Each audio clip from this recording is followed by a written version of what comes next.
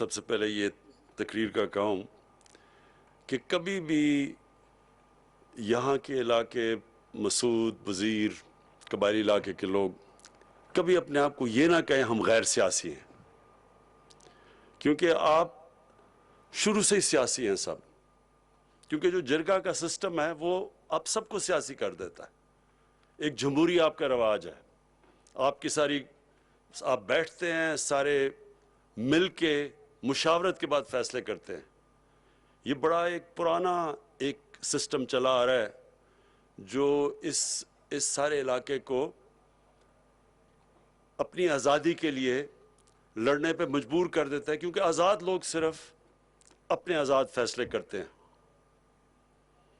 جو feudal system, جس کو فیوڈل سسٹم کہتے ہیں، وہاں لوگوں کی حیثیت نہیں ہوتی، لیکن یہ جو بڑا پرانا صدیوں سے جرگہ سسٹم ہے، یہ فیصلے بھی مشاورت سے ہوتے ہیں سب، اور لوگ اپنی آزادی کے لیے لڑتے ہیں۔ اس لیے ہمیشہ یہاں اپنی آزادی کے لیے ان لوگوں نے جنگ لڑی، اور مسعود علاقوں نے سب سے زیادہ انگریز کے خلاف جنگ لڑی اور شہادتیں دی۔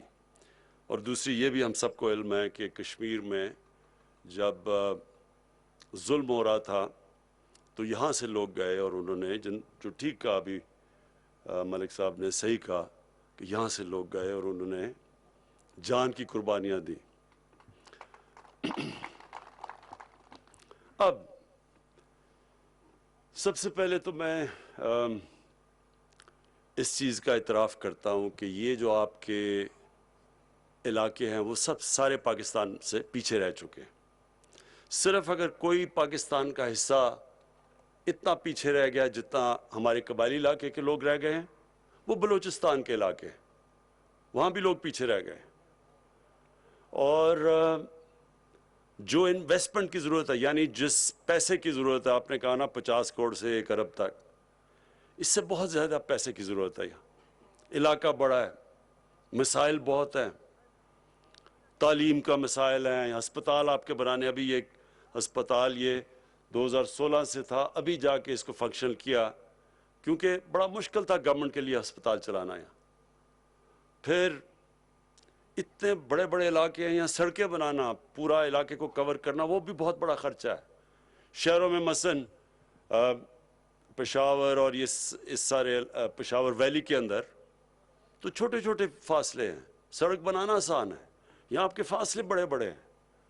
تو یہ علاقے میں پہلے تو اگر کوئی بھی آپ سے یہ وعدے کرے نا کہ میں سارے مسئلے حل کر دوں گا، وہ آپ سے سچ نہیں بول رہا، مشکل آپ کے حالات ہیں۔ اور اگر ایک علاقہ 70 سال سے پیچھے رہ گیا ہے تو یہ بھی نا امید لگانا کہ 2 سال میں ایک دم انقلاب آ جائے گا۔ یہ تو میں تو آپ سے سچ بولوں گا، میں کوئی آپ سے ایسا وعدہ نہیں کروں گا جو پورا نہیں کر سکتا۔ مجھے لوگ کہتے ہیں جی کدھر گیا نیا پاکستان، کدھر گئی مدینہ کی ریاست؟ میں ان کو کہتا ہوں ذرا اپنی تاریخ پڑھو۔ ضروری ہے سب کو کہ اسلام کی تاریخ پڑھیں۔ مدینہ کی ریاست جب بنی تھی تو کیا دنیا کے عظیم لیڈر اللہ کے حبیب نبی صلی اللہ علیہ وسلم نے کیا ایک دم جا کے وہاں ایک دم مدینہ کی ریاست بن گئی تھی؟ 4-5 سال اس ریاست نے بڑے مشکل وقت گزارا، خطرے میں تھی امت، 2 جنگوں میں، خندق میں اور جنگ احد میں بڑی مشکل سے نکلی امت، لیکن آہستہ آہستہ تبدیلی 2 طرح آئی۔ ایک تبدیلی انہوں نے نئے قانون لے کے آئے، قانون کی بالادستی، رول آف لا جسے کہتے ہیں، انصاف کا نظام لے کے آئے۔ پھر فلاحی ریاست بنائی، نچلے طبقے کو اوپر اٹھایا، ٹائم لگا۔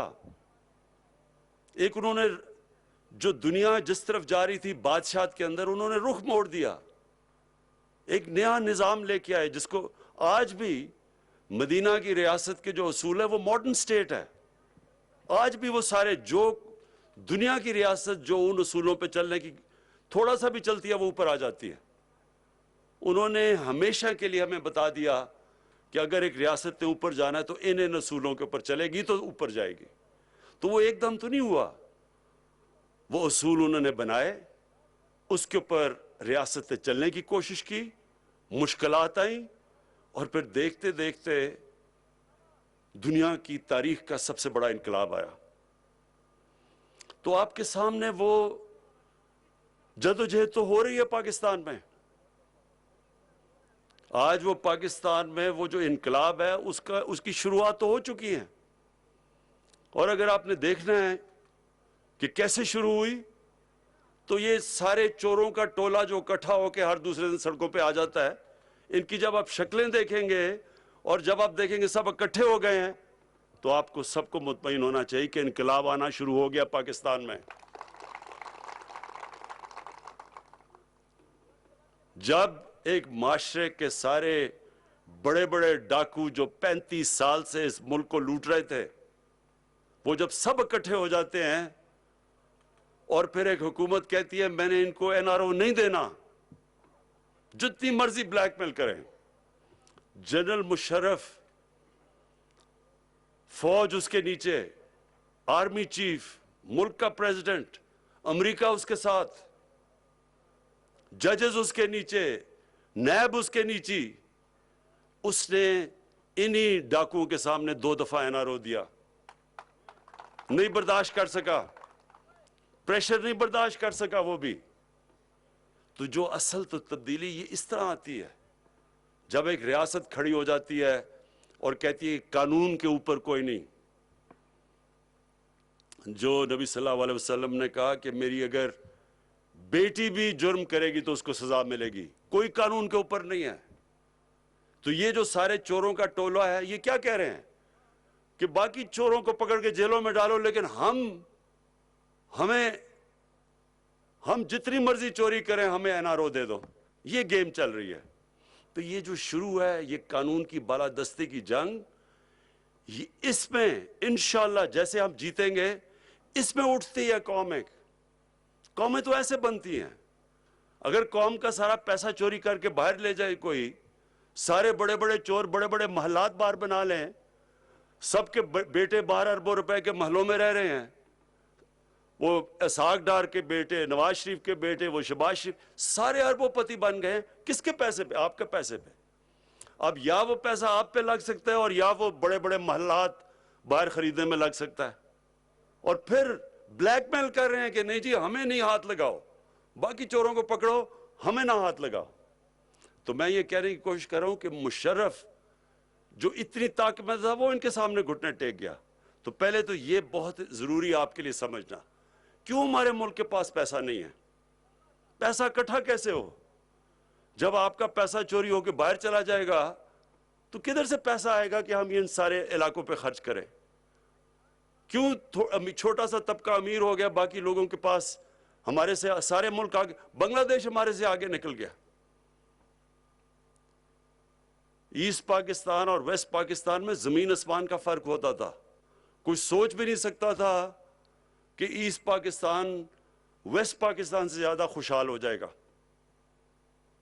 اور آج دیکھ لیں بنگلہ دیش, جس کو لوگوں نے یہاں جب علیحدہ ہوا تو انہوں نے کہا جی بہت بوجھ پڑا ہوا تھا پاکستان پہ, ایسٹ پاکستان کا, آج وہ پاکستان سے آگے نکل گیا. تو جب ایک ملک کے اندر بڑے بڑے ڈاکو ملک کی سربراہی کرتے ہیں, وہ ملک ترقی نہیں کر سکتا, وہ خوشحال نہیں ہو سکتا. ایک آپ فیکٹری کے اوپر ایک ڈاکو کو بٹھا دیں, آپ کی فیکٹری بیٹھ جائے گی, وہ اس کا دیوالیہ نکل جائے گا. تو میں صرف آپ کو یہ کہہ رہا ہوں کہ ہم ایک مشکل حالات سے نکل رہے ہیں. آپ یہ سمجھ جائیں کہ ملک کا تاریخی قرضے چڑھے ہوئے ہیں آج پاکستان کے اوپر, ان کی وجہ سے ہم اس سے نکلنے کی کوشش کر رہے ہیں, ملک کو صحیح راستے پہ لے کے آ رہے ہیں. یہ مطمئن ہو جائیں کہ اللہ نے جو چیزیں, جو وسائل, جو نعمتیں پاکستان کو بخشیں, کوئی مقابلہ نہیں کرے گا ہمارا چند سالوں میں. اگر ہم قانون کی بالادستی, کوئی ملک ترقی نہیں کرتا قانون کی بالادستی کے بغیر. کوئی ملک نہیں ترقی کرتا جدھر طاقتور کے لیے قانون اور کمزور کے لیے دوسرا. کوئی ملک نہیں ترقی کرتا. اور یہ کس نے کہا تھا؟ ہمارے نبی صلی اللہ علیہ وسلم نے کہا تھا. انہوں کی حدیث تھی، بڑی قومیں تمہارے سے پہلے تباہ ہوئیں جدھر طاقتور کے لیے این آر او اور چھوٹے چور کے لیے جیل. تو ہمارے لیے ایک نیا دور شروع ہو رہا ہے، اور یہ دور، اس کے اوپر جو میرا نظریہ انصاف کی تحریک وہ شروع ہو رہی ہے. ہمیشہ تبدیلی جس کو ریفارمز کہتے ہیں، اصلاحات کہتے ہیں، وہ تکلیف دہ ہوتی ہیں. کوئی بھی مجھے دنیا میں ملک بتا دیں جس میں تبدیلی آ رہی ہو، ریفارمز ہو رہی ہو، اصلاحات ہو رہی ہو اور وہ آسان ہو. جو بھی ملک اٹھا ہے، جب جرمنی تباہ ہو گیا تھا، جب جاپان تباہ ہو گیا تھا دوسری جنگ عظیم کے بعد، تو ان کو کتنی دیر لگی تھی. مشکل وقت سب نے گزارا، لیکن وہ قومیں کھڑی ہو گئی. تو جب ایک ملک کے اوپر تاریخی قرضے چڑھ جائیں، اس کا دیوالیہ نکل جائے، تو تھوڑی دیر وہ مشکل وقت سے گزرنا پڑتا ہے. تو پہلے میں آپ کو یہ واضح کر دوں، اس لیے جب آپ کہتے ہیں، میرے خیال میں ہم اگر یہاں ان سارے علاقوں میں یہ جو پیچھے آپ کے رہ گئے، اگر ہمارے پاس آج پیسہ ہوتا، اگر ہم یہاں انویسٹ کرتے، یہاں بڑی تیزی سے یہ علاقے، یہاں وسائل آپ کے پاس بہت زیادہ ہے، یہ بڑی جلدی تبدیلی آ سکتی ہے. لیکن اس کے باوجود کہ ہمارے پاس اس وقت مشکل حالات ہے، اس کے باوجود محمود خان کو ہم نے کہا ہوا ہے بار بار کہ اگر اور کہیں سے بھی ہم نے پیسے کٹ کر رہے ہیں، قبائلی علاقے سے نہیں ہم نے کرنے. قبائلی علاقے کو ہم نے پوری طرح جتنے بھی ہمارے پاس وسائل ہیں ان کے اوپر خرچ کر رہے ہیں. میں محمود خان کو لے کے اس لیے آیا ہوں کہ ان کو جو بھی ابھی آپ نے جو آسنامہ پڑھا، اس میں کئی چیزیں، مثلا آپ کے وہ کمپنسیشن دینی تھی، اس کا جو ٹوکنز دے رہے، جو کمپنسیشن، اس کے لیے محمود خان کو پتا ہے. جو آپ کا پانی کا مسئلہ ہے، آپ کو بہت زیادہ چھوٹی چھوٹی چیک ڈیمز چاہیے. سب سے بڑے مسئلے تو یہ ہیں کہ آپ کو پانی گاؤں میں فراہم ہو، صاف پینے کا پانی. اس کے بعد جو آپ کی سڑکیں ہیں وہ تیسرے نمبر پہ آئیں گی. اس سے پہلے آپ کا تعلیم کا نظام، یہاں بچوں کو تعلیم کی بہت ضرورت ہے.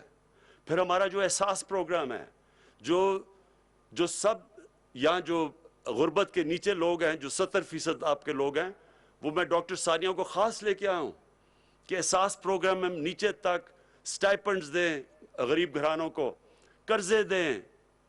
پھر جو ہم جانور دیتے ہیں گھروں میں خواتین کو تاکہ وہ اپنی آمدنی اوپر کریں، دودھ ہو گھر میں، یعنی مرغیاں، انڈے، یہ غریب گھرانوں کے لیے ہم نے یہ بھی پروگرام لے کے آئے ہوئے ہیں.